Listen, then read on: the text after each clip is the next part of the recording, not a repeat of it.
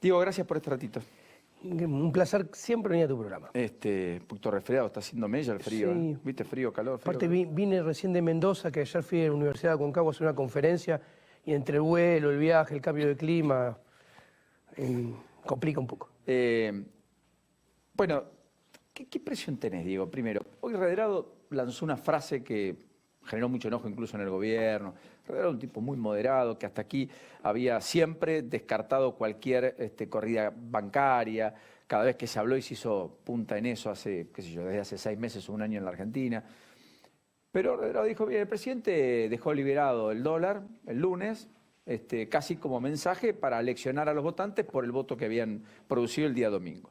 Que es un poco lo que en el inconsciente dejó trascender a Alberto Fernández cuando habló el lunes por la noche y algunos otros sectores. ¿Hay algo de eso? ¿Crees o no?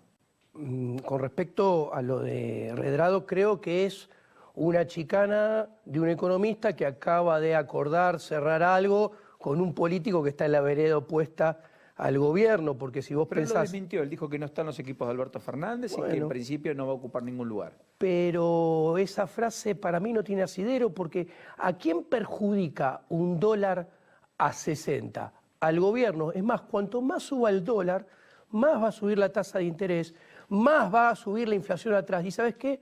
Eso junta votos para Alberto Fernández y aleja votos para Mauricio Macri. Entonces realmente lo creo muy poco probable. O sea, el gobierno no es que dejó subir el dólar, no pudo contenerlo y a las pruebas hay que remitirse. Tras la primera semana post-paso, la devaluación es del 25% casi. Bueno, eso es así como vos decís. Argentina tiene dos problemas. Dos problemas que están relacionados entre ellos, que se retroalimentan negativamente. El primer problema es monetario, el segundo problema es fiscal. El monetario es el que genera la suba del dólar, la suba de la tasa de interés y el desplome del peso.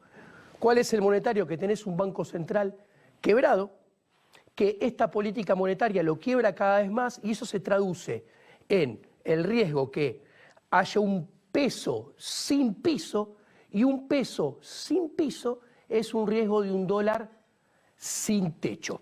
¿Ok? Y a ver, como vos me preguntás y me comentás, ¿qué pasó esta semana? No hay, como dice Mariano Fernández, no hay que equivocar detonantes con causantes. A ver, el resultado electoral detonó esto, pero el causante es el mal programa monetario, la falta de reputación, la ausencia de credibilidad. Concretamente, es un contrafáctico que uno no lo puede saber, pero desde mi punto de vista, yo lo venía adelantando que iba a pasar, esto simplemente, esto iba a pasar aún con otro resultado, simplemente algunas semanas más tarde. Tenemos el problema monetario. Después está el problema fiscal. ¿El problema fiscal cuál es? El problema monetario es riesgo de hiperinflación. El problema fiscal es riesgo de default. Concretamente, Argentina, para que su deuda pueda ser refinanciada antes que saltara el dólar y la deuda era el 90% del PBI, necesitaba un superávit primario de 3,5 e iba a tener un déficit de -1 primario, o sea, casi 5 puntos de diferencia. Salta el dólar y esto empeora las cosas, ahí ves la retroalimentación. ¿Por qué? No hice la cuentita, pero la deuda que estaba en 90% del PBI habrá subido a 110. ¿Eso qué implica? Eso implica que ya no necesitas un superávit de 3,5, capaz necesitas de 4. ¿Y qué hace el gobierno? Tiene este problema que es monetario acá, el que detonó esta semana. Entonces, para solucionarlo, debería tomar medidas monetarias. O sea, se le prendió fuego la cocina al presidente Macri. ¿Y qué hizo? Abrió la ducha en el baño con cables pelados que generó un cortocircuito y agranda muy probablemente los problemas. ¿Por qué? Porque toma medidas de índole fiscal. ¿Y qué quiero decir? Agrandando el déficit primario. O sea, tenés un problema porque te saltó el tipo de cambio, ya necesitas un superávit primario más grande para no caer en default y toma medidas fiscales que agrandan el déficit primario. Entonces, se agranda el problema todavía más. Entonces, acá, esto es una manta cortísima. Sí, pero ahí déjame decirte, ¿no compensan las exportaciones y los derechos de exportación, 25% más caro el dólar, en pesos, lo que le va a implicar el gasto de todas las medidas que ha establecido, poco más de 60.000 millones de pesos. Mira, la balanza comercial ha mejorado a fuerza de recesión e importar menos.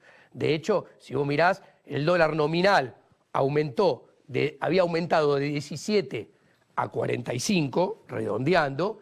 El tipo de cambio real había aumentado de 1,30 a 1,70 y ahora había bajado a 1,50. Ahora está en 1,90 y no hubo un boom de exportaciones. ¿No? Entonces, hay una manta corta. Y estas medidas no solamente agravan los problemas entre los dos problemas, hay un tercero. Con estas medidas, en teoría, el acuerdo con el FMI, uso el potencial, se debería caer, porque no se cumplen las metas fiscales, porque se toman medidas que van contra la filosofía del fondo, como vos bien mencionaste antes, que es ponerle un techo y congelar los precios energéticos, por ejemplo. Entonces, acá vuelve a haber una puja. ¿Ganará Trump con su voto contra los países de Europa? Francia, Bélgica, Inglaterra, que no están muy contentos con la performance argentina. Bueno, imaginémonos, como vos comentaste, que gana Trump. Vienen los 5.400 millones de dólares del fondo en septiembre. Esos 5.400 entran por una ventana y salen por la otra. Porque de acá a final de año vencen letes redondeando por 10.000 millones de dólares. Letes son letras del Tesoro en dólares que muchos ahorristas compraron a cambio de una tasa de interés que está entre el 4 y el 7%, depende de la colocación y el plazo de esa colocación. Si le hicieron a 90 días o a 180 o a 200. Exactamente. Entonces, ¿qué pasó? Si vos te fijás, hoy vencían 900 millones y se renovaron números redondos, 400 millones. Menos de la mitad. Sí. Entonces, asumamos un escenario no catastrófico, que sigue como el actual. Yo creo que las cosas están recién empezando. O sea, se van a poner más difíciles. ¿Por qué se van a poner más difíciles? Muy sencillo.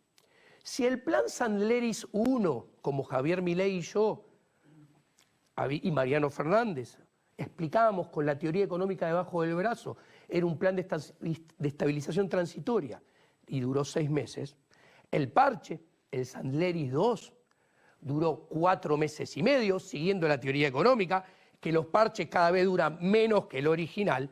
Ahora directamente no hay nada. Entonces, siempre con el afán constructivo, con Javier Milei, nosotros a este gobierno le hemos llegado 4 propuestas a lo largo de estos 3 años y medio. A final del 2015, en la presidencia del Banco Central, le explicábamos a Sturzenegger que no había que ir por metas de inflación, que había que ir por metas de M1. Después, a final de 2016, él fue el primer plan para limpiar las LEVAC. Después, en 2017, le presentamos el segundo plan ya a Macri mismo en su escritorio para limpiar las LEVAC con otro cambio de política monetaria, no fuimos escuchados. Y en abril de este año, un plan para limpiar las LELIC. Que hoy son más de 1,3 billones de pesos. Te cuento, las LELIC son lo que acabas de decir. Y reemplazan en un 101% a los depósitos privados, que son, o sea, toda la plata que los privados tienen en depósitos a plazo fijo están respaldadas por LELIC. O sea, están macheadas. Son las dos caras de la misma moneda. ¿Qué sucede? El gobierno tiene problemas monetarios y problemas fiscales. Y yo creo sinceramente que es más de lo mismo, no están encarando y resolviendo los problemas, más lo están complicando más con todas las medidas que la toman.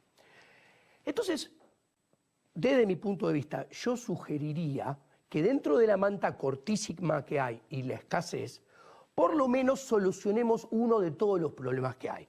Yo creo que Argentina tiene riesgo de ir a una hiperinflación y riesgo de ir a un default. Lo que yo sugeriría... ¿Evitables?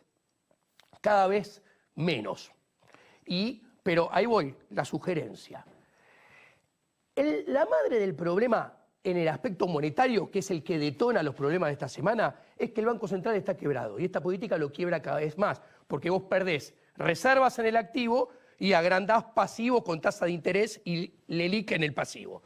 Entonces, ¿qué sucede? Un Banco Central... Perdóname, sería que una familia empieza a perder lo que acumuló, porque empieza a pagar deudas, etcétera, pero además esas deudas son cada vez mayores, los ingresos corren por detrás de los gastos, esos ingresos son menos en términos relativos que los gastos que tiene, Sí.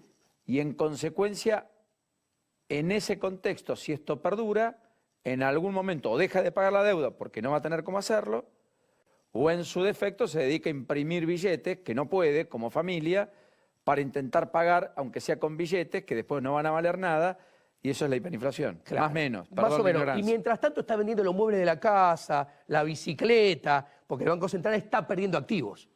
Entonces, está perdiendo reservas, como vos bien marcaste. Entonces, en esta manta corta, el gobierno a alguno de estos dos grandes problemas le tiene que dar solución. Y todavía está a tiempo de darle solución a alguno de los dos. El punto es que cuando lo pones en dinámica, la solución desaparece. ¿Qué le sugeriría yo? Muy sencillo, yo sugeriría que un balance quebrado de Banco Central es certeza de más devaluación y más inflación para licuar los pasivos en peso y ponerlos a raya con reservas cada vez más chiquitas. Y a las pruebas más me remito, el dólar saltó de 30 a 40, de 40 a 45, de 45 a 60. Y vos te fijás, los saltos son cada vez más seguidos y cada vez más grandes. Entonces, ¿qué tendría que hacer? Tendría que, con los pocos dólares que tiene, solucionar en parte el problema del balance y en todo el problema de las LELIQ. ¿Por qué? Porque si vos solucionás el problema de las LELIQ, ¿cómo lo solucionás? Vos tenés reservas de libre disponibilidad que hoy, redondeando según la metodología que uses, son entre 14.000 y 23.000, me decía hoy un ministro del gobierno. Entonces, los depósitos a plazo fijo son 20.000. Entonces, tendría que haber una circular, desde mi punto de vista, del Banco Central, que convoque a todos los ahorristas que tienen 48 horas, voluntariamente, a cambiar sus plazos fijos por dólares. Y utilizar los dólares de los plazos fijos, los dólares de la reserva, para cancelar esos plazos fijos que, como están respaldadas con las LELIQ, es cancelar las LELIQ también. Y esto es muy importante, primero, porque respetás los derechos de propiedad. Pensá que si la gente... Porque todavía estás a tiempo de hacerlo. Todavía estás a tiempo. Vos pensás que si esto no lo hacen ahora, en algún día esos depósitos se van a querer ir a dólar. Y no van a poder. No. Y en el mientras tanto lo vas a bancar con todavía más tasa de interés. Entonces, primero, respetás los derechos de propiedad. Segundo, le sacás presión al bimonetarismo argentino, que más temprano que tarde va a ahorrar en dólares y te puja la tasa de interés para arriba. Porque secás pesos. Es porque le da los dólares que la gente quiere en el fondo, pesos. sacás los pesos y sacás las LELIQ, las eliminás del pasivo. Entonces, eso te ayuda a bajar la tasa de interés, te saca el resultado cuasi fiscal negativo. Entonces, además, ¿qué? Te preserva la salud del sistema financiero. Pero te deja sin reservas, ¿o no? Pero con esta dinámica te vas a quedar sin reservas, vas a agrandar el problema monetario, el problema fiscal también se va a seguir agrandando cuando vos lo pones en dinámica, y al final vas a terminar sin resolver ninguno de los dos y te van a explotar los dos juntos. Está bien, pero ¿cómo la haces? hiper de un lado y el default del otro. Pero ¿cómo haces sin reserva, digo? No, todavía tenés reservas Por eso, para pero limpiar. Si haces lo que vos decís, vamos todos los ahorristas, Sí. sacamos los pesos, nos llevamos los dólares, Bueno. queda sin reserva el Banco Central porque calzó todos los Sí. plazos fijos que había y eliminamos las LELIQ. Está muy bien, mejoraste la cuenta, pero reserva del Banco Central, 0, 1.000, 1.500 millones. Esperá que te sigo avanzando lo positivo y después voy a eso que me decís, porque lo positivo primero es lo que hay que resaltar. Evitás que el sistema bancario te explote. ¿Por qué? Porque si esto no se arregla, a ver, Culfas, principal referente a Alberto Fernández, fue la mano de Marcó del Pont en el Banco Central, del cepo, de los controles, y del otro lado tenés a Manuel Agis, que fue mano derecha de Kicillof, viceministro. ¿A qué solución vas a ir? Van a ir probablemente a una solución que diga, ok, a los bancos les voy a dar un bono a largo plazo para la LELIQ. A los ahorristas, como van a hacer política de ingresos y política de distribución, van a decir, a doña Rosa, que tiene menos de 500.000, al banco le van a decir, a esa Pagale. le paga los depósitos. Al que tiene, invento, entre 500.000 y 1.000.000, a eso le das un bono de 2 años. Al que tiene entre 1.000.000 y 3 millones, te doy un bono, estoy inventando, a 2 años. Y a los bancos le van a decir, como a los bancos le dan un bono entero, decir, ok, si vos no tenés problema, perdón, si vos tenés problemas para pagar, yo desde el Banco Central te voy a dar redescuento y te voy a asistir financieramente. Y eso es maquinita. Entonces, si no se arregla este problema, uno, va a quebrar el sistema bancario. Si quiebra el sistema bancario, después se va a lesionar los derechos de propiedad. Eso va a pulverizar el ahorro. Y si se pulveriza el ahorro, muy probablemente esa pulverización del ahorro, ¿qué es en realidad? Menos financiamiento para poder invertir. Y como tenemos un gobierno que con estos referentes no van a ir hacia donde van a tener que ir, sino que van, ya te lo advierte Massa, te dice, hay que bajar la tasa de interés. La tasa de interés se baja genuinamente solamente si hay más ahorro. Y como va a haber menos ahorro, la tasa de interés va a subir. ¿Y cómo te la van a bajar? Artificialmente. Entonces, esta artificialidad, ¿cómo es? Maquinita. Eso es más inflación. Entonces, lo que yo estoy diciendo es, bueno, tenemos dos grandes problemas monetarios y fiscales. Uno te alimenta el riesgo de hiperinflación y el otro te alimenta el riesgo de default. Y los dos se retroalimentan y se potencian. Todavía estamos a tiempo de darle solución a uno. Obviamente una solución más complicada, mucho más difícil y con resultados peores que cuando presentamos a Mauricio Macri en abril un programa para solucionar lo mismo. Ahora, Diego, venís a dar una charla en Mendoza, estás dando otra charla acá, y yo te agradezco y mucho. Gracias. Estoy pensando en los que observan y tal vez están un poco exentos del M1, de la emisión monetaria, de los problemas fiscales, monetarios. Dicen, bueno, está bien, ¿cómo se come? Quiero decir, ¿por qué estamos hablando de esto? A ver si puedo. Porque acá está, en términos del campo, la madre del borrego, dirían algunos, en términos campestres, porque acá está el problema y el dilema central de todo lo que estamos viendo con el tema de los mercados, porque los mercados están en la primera plana. La contracara a todos esos problemas, por supuesto, son los problemas reales, los más visibles, los que tienen rostro humano, los más evidentes, que tienen que ver con la falta de empleo, la pérdida de poder adquisitivo, los problemas naturalmente para llegar a fin de mes, obviamente el estrangulamiento de las familias en términos de ingresos, la falta del crédito, la falta de ahorro. Ahora, si no abordamos esto que está hablando Diego, del modo que él dice, de otro modo, pero si no le encontramos una respuesta y una solución, todos estos otros problemas de los cuales parecería que no hablamos, pero los hablamos desde este lugar, no van a encontrar solución. ¿Está bien plantearlo así o estoy Exactamente. errando? Si no se abordan los problemas se agrandan, porque los problemas se van acumulando en el paso del tiempo. Hacer las cosas mal 8 años tiene más costos que hacerlas mal 6. Hacerlos 10 tiene mayores costos, 12 mayores costos, 14 mayores costos. Y esto es lo que le está pasando a Argentina hace 12 años. ¿Yo qué veo? A ver, y esto le hablo a la gente común. El que piensa que el dólar saltó a 60 para quedarse en 60, si no se arreglan los problemas, el dólar va a tener tendencia creciente y cada vez más creciente. La inflación se va a acelerar cada vez más y eso es menos actividad, menos empleo, más bajo poder adquisitivo del salario y este parche que en realidad agranda los problemas al bolsillo de la gente se lo licúa en 2 meses. El parche que acaba de poner Mauricio Macri. O sea, los anuncios de esta semana, miércoles y jueves, tratando de dar medidas de contención a propios y extraños. Esto es clase media y sectores más vulnerables. ¿Vos entendés que son parches y que no solucionan nada? Son parches que apuntan a ganar votos de gente agrandando los problemas macroeconómicos de fondo de Argentina. Agrandando los problemas de la película. O sea, te acercan a la hiperinflación más de lo que estabas antes de las medidas, te acercan al default más de lo que estabas. Pero ser más duros fiscalmente te apartan también más votantes de cara a octubre. Bueno, estás dando en el clavo. Bueno, claro, porque ahí decís, ¿qué es lo que le decía la oposición a Macri? Miren que lo que pasó hasta acá, y no fue bueno, Macri lo quiere acelerar, hacer más rápido y por lo tanto hacerlo peor. ¿Se entiende? Sí. Ah.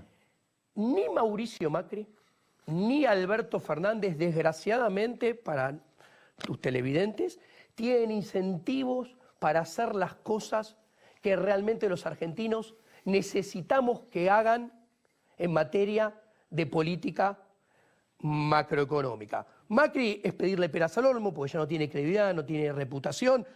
Lo último que acaba de decir, listo. Vos coincidís que es game over. Sí. Y Alberto Fernández no tiene incentivos, además de que no quiere y no puede. ¿Por qué? Porque Alberto Fernández tiene votos prestados de una coalición electoral que el poder lo tiene Kicillof y Cristina en mayor medida. ¿Y dónde se ve? En los referentes macroeconómicos que tiene, que son Culfas y Agis. Entonces, justamente las medidas que van a tomar van en el sentido contrario a lo que necesita Argentina para evitar el default y la hiperinflación. No imaginás un Lula argentino, es decir, Lula espantaba a los mercados, ganó. Lo primero que hizo fue políticas pro mercado, gobernó 8 años, dejó a Dilma 8, que no terminaron siendo 8 por el impeachment, pero quiero decir, Menem, salariazo, revolución productiva, hizo las reformas que el liberalismo jamás había podido aplicar, salvo bajo un gobierno con el tono peronista. ¿Me explico lo que digo? ¿Qué es lo que planteaba Guillermo Calvo en su momento hace, 2 semanas? Adhiero totalmente a lo que estás diciendo y lo que planteó el profesor Guillermo Calvo. Guillermo Calvo dice: Argentina siempre nos puede sorprender y puede caer más. Yo siempre digo, esta Argentina no tiene piso. El 2020 va a ser peor que el 2019. Pero esto quiero decir, sí, diste en la tecla. ¿Hay alguna chance que la casta política haga lo que nos conviene a los privados de Argentina? Solamente después de una flor de piña macroeconómica con hiperinflación y default. Antes nunca. ¿Por qué? Porque no tenemos una casta política estadista. ¿Qué es ser estadista? Levantar la pera, mirar el horizonte y decir, estamos yendo al default y a la hiperinflación. Y tomo las medidas, por lo más difíciles que sean, que hay que tomar para evitarlas. Y ese no es Macri. Nunca pasó eso en la historia. Y ese no es Macri diciendo, estamos a mitad de río, tenemos que cruzarlo. No. Macri, todas las medidas que tomó esta semana te alimentan más el riesgo de hiperinflación y te alimentan más el riesgo de default. Pero tampoco eran buenas las previas, porque como bien dijiste vos, pudo haber detonantes, pero no causantes. Ya las causas estaban, el detonante fue el resultado electoral. Y si las causas estaban, quiere decir que no había un programa integral. Exactamente, yo te lo resumo así. Los argentinos tenemos que esperar que las tendencias macroeconómicas de las principales variables, inflación, nivel de actividad, poder adquisitivo del salario, sigan con la tendencia de los últimos años. ¿Por qué? Einstein decía, si querés diferentes resultados, prueba haciendo diferentes cosas. Yo le recuerdo a tus televidentes, a Mauricio Macri nos trajeron Cristina Fernández de Kirchner, Kicillof, Massa, Agis y Culfas. En diciembre del 2015 la sociedad castigó a todos ellos porque fueron un desastre y votaron a Macri. Hoy Macri es un desastre porque hizo todo mal a lo largo de los últimos 3 años y medio y ahora no es que esta casta política del peronismo no se crea que la población tiene un ápice de esperanza en ellos. No, estamos encerrados en la verdadera grieta de políticos contra privados, estamos atrapados, no podemos hacer negocio, no podemos ganar dinero, no podemos producir, no podemos generar empleo, estamos atrapados y ¿sabes qué hacemos? Lo castigamos a Macri y no tenemos sobre quién poner nuestras esperanzas y le dan el voto de vuelta al que nos trajo hasta este gobierno. Ahora, o sea, es más de lo mismo, Diego, vamos a seguir peor. Contundente. Sí. Porque la esperanza es lo último que se pierde y porque además generacionalmente tengo la necesidad de pensar que las cosas pueden ser diferentes y uno trata de hacer desde este lugar y aportar su granito de arena para ello. No sos demasiado duro con decir lo que vuelve es inexorablemente aquello y al mismo tiempo lo de Macri fueron 3 años y medio en donde hizo todo, absolutamente todo mal.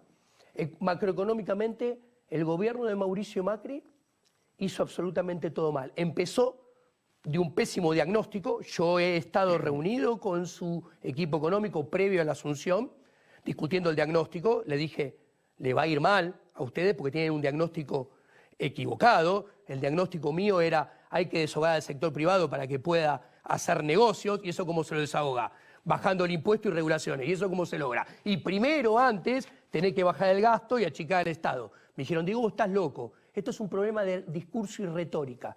Nosotros venimos con un discurso pro empresa y va a venir la lluvia de inversiones. Y dije, ustedes están locos, no va a venir una lluvia de inversiones. Bueno, a lo largo de estos 3 años y medio le llevamos propuestas con Javier Milei, 4 puntualmente, nunca fuimos escuchados. Ahora, y nos trajeron hasta acá. Está bien, Diego. El próximo gobierno, vos me preguntás qué creo que va a hacer, y el próximo gobierno va a subirle retenciones al campo, el próximo gobierno le va a adelantar la liquidación de exportaciones, que, exagerando para que se entienda, que liquida las exportaciones en un mes a más tardar, el próximo va a poner probablemente controles cambiarios con tipo de cambios diferenciales. Lo que dijo Felipe Solá esta semana, digamos. Sin Sí, va a meter un bono para las LELIC y eso es lesionar la propiedad privada, lesionar el ahorro, y como va a ser segmentado, no va a ser igual para todo el mundo, los bancos que van a tener el bono completo, full, probablemente le dé redescuento, que es inflación, va a hacer política de ingresos, va a tratar de hacer política de distribución, y Argentina necesita crecer. Y el crecimiento viene desde el sector privado, un sector privado que pueda hacer negocios, que pueda ganar plata, porque si puede hacer negocios y puede ganar plata, va a invertir, va a acumular capital, va a agrandar su frontera de posibilidad de producción, y al producir más va a contratar más gente, va a aumentar la demanda de trabajo y va a subir el salario. Todo esto no está en la agenda del diagnóstico de ningún político de la oferta electoral de la Argentina de hoy en día. Entonces, hay que esperar a ver si después de la trompada macroeconómica, piña con default e hiperinflación, a la fuerza aprenden alguna lección y hacen al menos un poco de lo que hay que hacer. Dudo que lo hagan antes. Wow. Lourdes. No, la verdad que me deja bastante asombrada y asustada, ¿no? Del futuro que se nos viene. Mi pregunta es cómo se puede realmente salir de este pozo o de esta gran crisis en la que estamos metidos, porque unos dan unas propuestas, otros dan otras propuestas. Usted habla de esta famosa grieta, pero la verdad que los argentinos necesitamos tener una respuesta, ¿no? De corto plazo, planteé una sugerencia de política monetaria para darle una solución total a la LELIC y parcial al balance del Banco Central, que ayuda a mejorar lo monetario, y eso le pone un piso más elevado al peso, le baja el techo al dólar, le baja la tasa de interés. Eso ya no es poco en la Argentina de hoy. Después, mirando para adelante, la gente es parte del problema, porque la gente demanda populismo. Los políticos argentinos no caen de un plato volador, son parte de nuestra población, son el reflejo de nuestra población. Entonces, por esto es tan importante la batalla cultural que hacemos con Javier Milei. Primero, tiene que cambiar la gente y darse cuenta que se necesita menos Estado, Estado más chico, menos regulaciones, menos paternalismo estatal. ¿Cree que la gente se acostumbró al estado de bienestar? Vos fijate, me hablaban de un estudio, claro, que los millennials, la gente de entre 25 y 35 años, había una correlación, me lo comentaban ayer en la Universidad de la Aconcagua, en un 95% es colectivista. O sea, que piensa que el Estado tiene que intervenir en todo marco de la actividad privada, distribuyendo, eligiendo ganadores, perdedores. Y la verdad es que eso lo único que hace es generar cada vez más pobreza. Y al mismo tiempo me contaban que los centennials, que son los más jovencitos, los de 15 y 25, mirá qué interesante, la correlación da que quieren el capitalismo, quieren el liberalismo. ¿Por qué? Porque un chico entre 15 y 25 años suele ser rebelde. Y en Argentina se están dando cuenta los muy jóvenes que ser rebelde es pedir que haya menos Estado, pedir que haya menos Estado benefactor, menos intervención. ¿Por qué? porque es lo que maman desde chiquito. Lo normal, el sistema para ellos, esto es un estudio de la universidad y de una fundación, es que el Estado tenga que estar en todo ámbito de la vida de los ciudadanos. Entonces, con su edad se revelan a eso. Sí. Y es muy interesante, porque esta gente crece y va a ser cada vez más. Entonces ahí está la llamita de la esperanza. Y después de tu descripción de lo que posiblemente podría ser un gobierno, ¿qué pasa? Que cuando llegan al poder nadie piensa en esta parte económica, porque yo escucho a muchos economistas, mucha gente preparada, que hablan de buenos planes. ¿Y por qué cuando están ahí no lo hacen o no lo pueden hacer? Lo que no entiendo. Mira, yo creo que O no les interesa, perdón. Yo creo que tanto en el caso de Mauricio Macri, salvando las diferencias que hay entre los economistas que estuvieron a lo largo de este gobierno con los economistas que estuvieron en el segundo mandato de Cristina Fernández de Kirchner. Yo creo que los dos, con sus diferencias, realmente tienen muy mala formación macroeconómica. Son malos macroeconomistas. Entonces, tuviste equipos económicos que nunca supieron hacer lo que en la jerga se llama programación macroeconómica. ¿Qué quiere decir esto? Mirar todo y analizar todo y pensar las políticas en equilibrio general. No, todos lo hacen en equilibrio parcial. Viene y te dice, quiero subir las tarifas, y Aranguren sube las tarifas, y quiero sacar retenciones. Claro, pero vos tenés que pensar cómo esas dos medidas impactan, no en el mercado energético y en el mercado de alimentos y campos, cómo impactan en todo el sistema macroeconómico, y no solamente ahora, sino dinámicamente a lo largo del tiempo. Bueno, ninguno de los dos equipos económicos saben hacer eso. Es gran problema. Te quiero aprovechar dos o tres Melconian cosas. sí sabía. Y no fue escuchado a ti. Y no fue escuchado nunca. Sí, Debería haber sido el ministro del primer día. yo creí que sí. Diego, te quiero aprovechar con dos o tres cosas de la coyuntura. Esto de congelar combustibles por 90 días por decreto, que además va a meritar planteos de constitucionalidad, como marcaba en el arranque de parte de gobernadores como Gutiérrez o Beretilnec, etcétera, de provincias Sí. afectadas. Imagínate que Macri la podía tomar en algún momento, es una decisión así, digamos. Bueno, esto, ¿sabes qué muestra? Son manotazos de ahogado de un nadador en el medio del río condenado a tragar agua. La baja del IVA en la canasta básica de alimentos, de precios esenciales, digamos, Sí. ¿puede terminar en más rentabilidad de las empresas, como dice Alberto Fernández, o finalmente puede ser una decisión que, acoplada con una integralidad macroeconómica mayor, pueda ser perdurable en el tiempo? Va a terminar en mayor rentabilidad de las empresas. Y eso no está mal. Siempre, imaginando una base imponible de 100 pesos, siempre es mejor que haya 21 pesos de IVA en manos del sector privado que haya 21 pesos de IVA en manos del sector público. Porque la asignación que el sector privado le haga va a ser siempre más eficiente. Lo último, hay mucho, digamos, con olla a presión de acá a fin de año, perdón. Qué sé yo, crédito UVA no se va a ajustar de acá a fin de año. Nadie Sí. va a pagar más de lo que paga de cuota, de lo que está pagando hoy. Planes de ahorro, la resolución que se va a conocer el martes aparentemente va a permitir reprogramar hasta 20% de la cuota en hasta 5 cuotas consecutivas, iguales, etcétera, para tener un margen de maniobra de manera tal de que no se le dispare lo que está pagando por el auto que compró. Sí. Está el bono de 5.000 pesos Sí. del mes próximo, que muchas provincias han dicho no puedo pagarlo. La mayoría de los casos va a ir hacia una aplicación de cláusula gatillo con los estatales. María Eugenia Vidal parece que va a confirmar un bono de 5.000 pesos para la provincia de Buenos Aires en un intento también de mejorar la performance electoral. Pero lo que voy es, todo esto que vos estás viendo, Sí. ¿lo imaginás con cierta continuidad en el futuro? Es decir, ¿nos hemos acostumbrado a que estas son las salidas cada vez que el zapato aprieta? ¿O imaginás mucho más ingenio, creatividad y alguna política económica disruptiva, independientemente ya del resultado electoral y de quién sea el equipo económico de Alberto, de Mauricio si es reelecto, de Labaña si es presidente, lo que sea?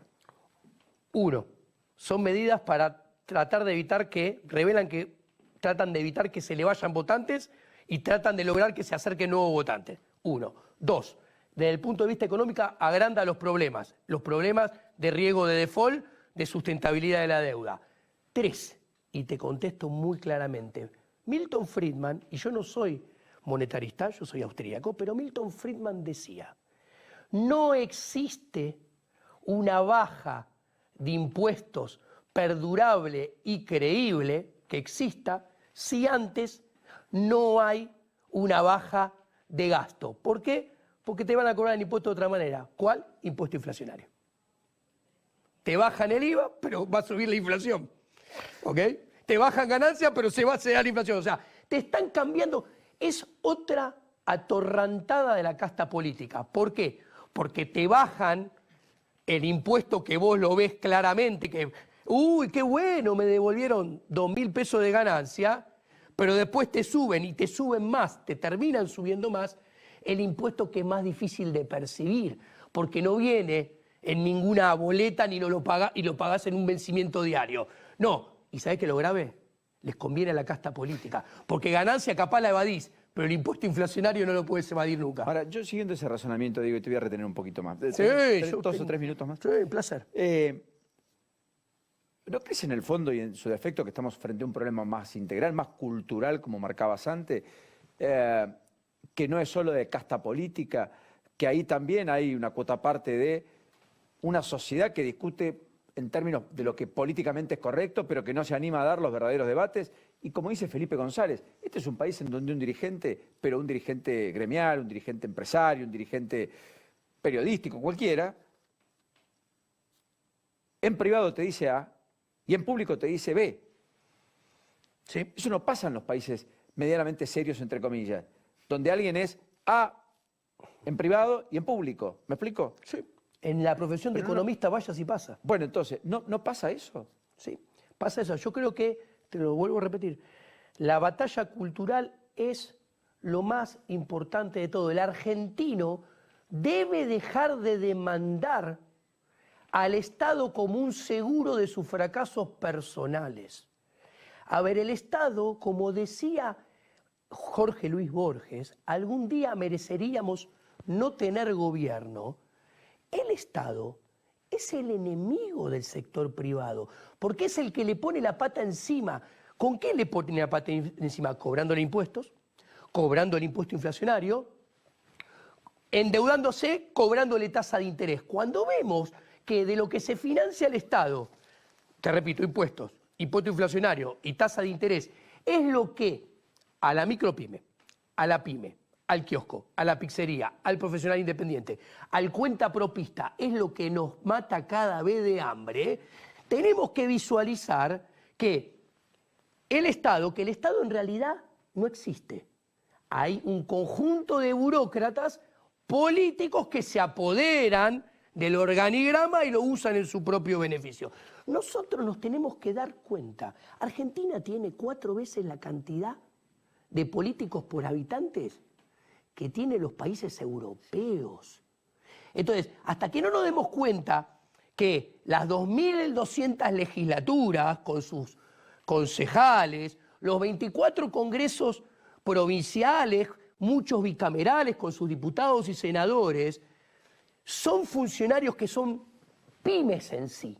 Un senador es una pyme, que para sus ingresos lo tiene que financiar tomando el salario promedio de los habitantes por cada legislador, invento, cuenta redonda, entre 5 y 10 personas de salario promedio.